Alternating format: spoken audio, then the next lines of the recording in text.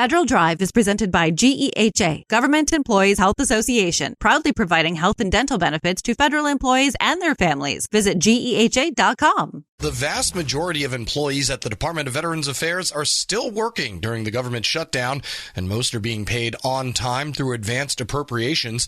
Even so, tens of thousands of VA employees are not getting paid right now because they're either furloughed or working without pay.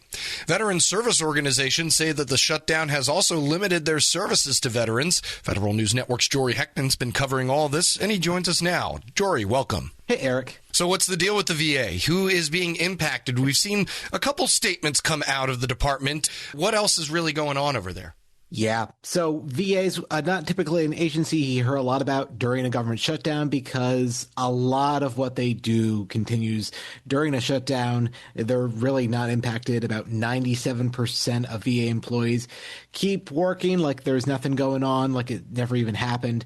But there are pockets of the VA that are really significantly impacted, like so much of the federal workforce here. And the VA is getting to the point where they are now signaling concern and they're calling for an end to the shutdown because of these employees, because they are impacted and they are furloughed or working without pay. Let me give you an example here. The Veterans Benefits Administration, they have about 15,000 claims processors and finance center employees who are not being paid right now. About half of VBA's workforce are accepted, meaning they're working without pay. The work is getting done, but they are not getting those paychecks on time.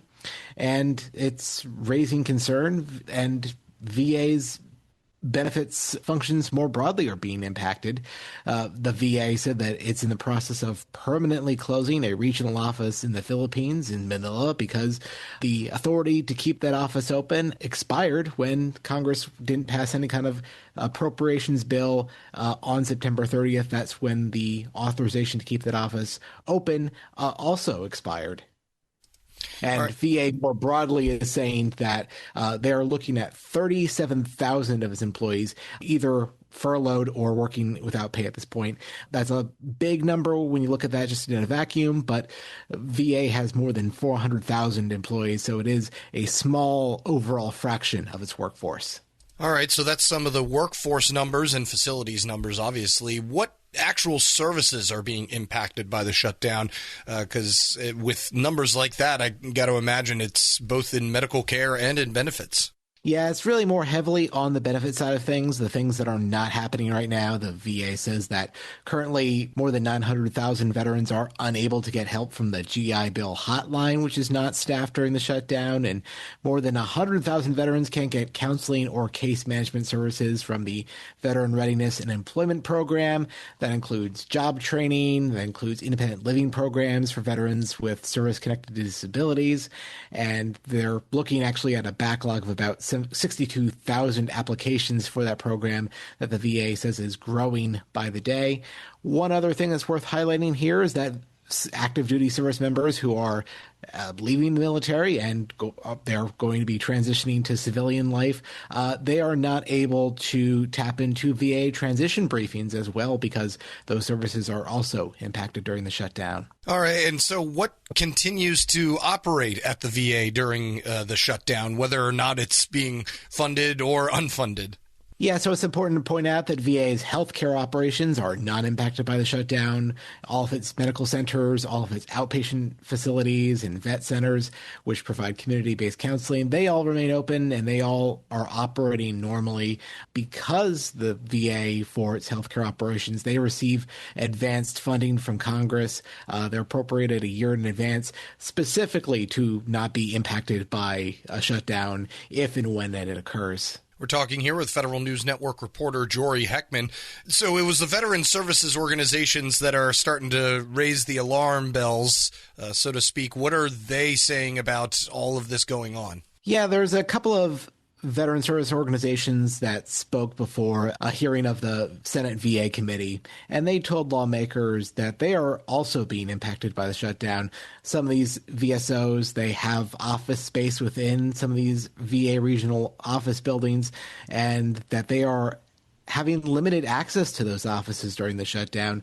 I'll give you one example here. The Veterans of Foreign Wars Executive Director, Ryan Galuzzi, he said that VFW representatives can perform most of their tasks remotely, but they haven't been able to get weeks of mail in their VA offices, and he says that it potentially leaves thousands of veterans without timely support from his organization. As we speak, the government shutdown disrupts our work as critical deadlines approach. Veterans can't afford to wait. We must reopen the government to avoid unnecessary pain and hardship for our defenders. And that, again, is Ryan Galuzzi, the VFW Executive Director.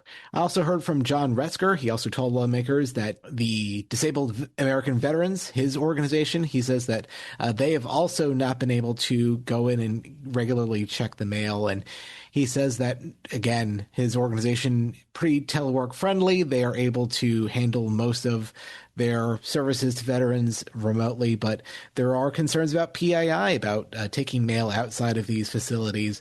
And he says it does make it harder for his organization to get the work done. But the thing is, it really drives a wedge in our process because within the VA regional office, we have the capacity of technology and the resources to do secure work.